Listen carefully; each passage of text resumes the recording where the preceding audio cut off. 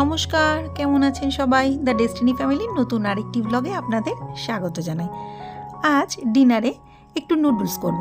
ছেলে খেতে চেয়েছে, আমি মাঝে মধ্যেই করে দিই এবং খুব ঝটপট করব, ভেজিটেবল দিয়ে আর সাথে একটু এগ। আর হাজব্যান্ডও খাবে, তার জন্য একটু হালকা করে করব।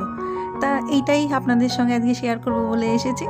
তা জল বসিয়ে দিয়েছি এবং খুব তাড়াতাড়ি রেস্টুরেন্ট স্টাইলে কিভাবে করে ফেলি আমি সেটাই দেখানোর জন্য। টাইমিংটা নিশ্চয়ই বুঝতেই পারছেন। সব সবজিগুলো কেটে নিয়েছি, জলটা বসিয়ে দিয়ে নুডলসটা বয়েল করতে দিয়ে দিলাম। আর হাজব্যান্ডের জন্য আলাদা করে একটুখানি সবজি দিয়ে বসিয়ে দিলাম। আর আমাদের জন্য একটুখানি বেশি তেলটা একটু বেশি দিয়ে, আমি কিন্তু সর্ষের তেলই দিই, কেননা খুব সুন্দর একটা গন্ধ বেরোয়, আমার ভালো লাগে। এবং রেস্টুরেন্ট স্টাইলে করতে গেলে আমার মনে হয় এটা দিলে পারফেক্ট হয়, কেননা ওই যে সুন্দর যে গন্ধটা মাস্টার্ড অয়েলে সেটা আসে। পরপর সবজিগুলো দিয়ে দিলাম, যা যা কেটে রেখেছিলাম।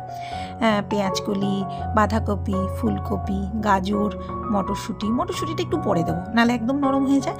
সব কটা দিয়ে সামান্য নুন দিয়ে বসিয়ে এবার একটু নেড়ে ছেড়ে দিয়ে দেবো ঢাকা। আর এই ঢাকা দিয়ে, এটা ঢাকা দেওয়া থাকবে।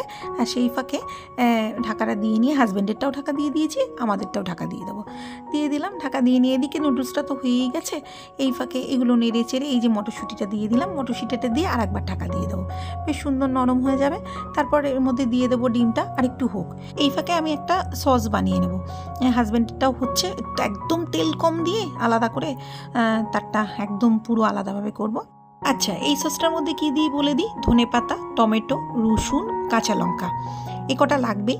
এরপর দিয়ে দিলাম একটুখানি বিট নুন, তারপর দিয়ে নিলাম একটু সাদা নুন পরিমাণ মতো। এবার দিয়ে নেব সামান্য ভিনিগার, কেননা টমেটো আছে। এরপর দিয়ে নিলাম সামান্য ম্যাগি মশলা, সব কিছুই কিন্তু খুব অল্প অল্প দিয়ে আমি। আর দিলাম ব্ল্যাক পেপার মানে গোলমরিচ। এটা রেডি করে নিলাম। এরপর একটু ফাঁকা করে নিয়ে, এদিকে তো সবজিটা হয়ে গেছে, দিয়ে দেবো একটা ডিম। খুব বেশি দেবো না, একটাই যথেষ্ট। মানে আমি খুব বেশি দিই না কোনো দিনই, আমি একটা ডিম দিয়েই করে দিই ছেলেকে। এটা তো হয়ে গেল, নেড়ে ছেড়ে নামিয়ে নেবো। এরপর যখন এটা সুন্দর হয়ে যাবে, এই যে নুডলসগুলো দিয়ে দিলাম ওপর দিয়ে। ওপাশে হাজব্যান্ডেরটা হচ্ছে, খুব কম আছে, একদম তেল কম দিয়ে তো হাজব্যান্ডেরটা, তার জন্য একটু সময় লাগছে। আচ্ছা, এটা দিয়ে দিলাম। এবার দেবো আমার এই হ্যান্ডমেড সসটা, ঘরে তৈরি যে সসটা, এত সুন্দর খেতে হয়। এটা দিয়ে করবেন, এটাই হলো এর প্রধান রহস্য। এত সুন্দর খেতে হয় না, অবাক হয়ে যাবেন।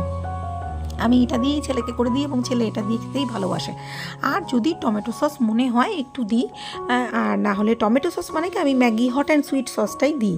ম্যাগি হট অ্যান্ড সুইট সসটা খেতে খুব সুন্দর হয়।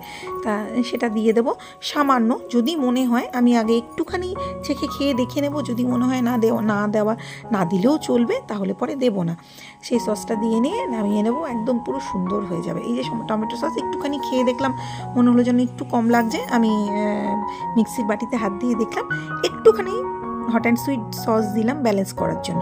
এবার এটা খুব সুন্দর করে নেড়ে ছেড়ে দেবো। এইভাবে খুব সহজেই বানিয়ে ফেলুন রেস্টুরেন্ট স্টাইল নুডলস। বাচ্চারা একেবারে চেটেপুটে খেয়ে ফেলবে।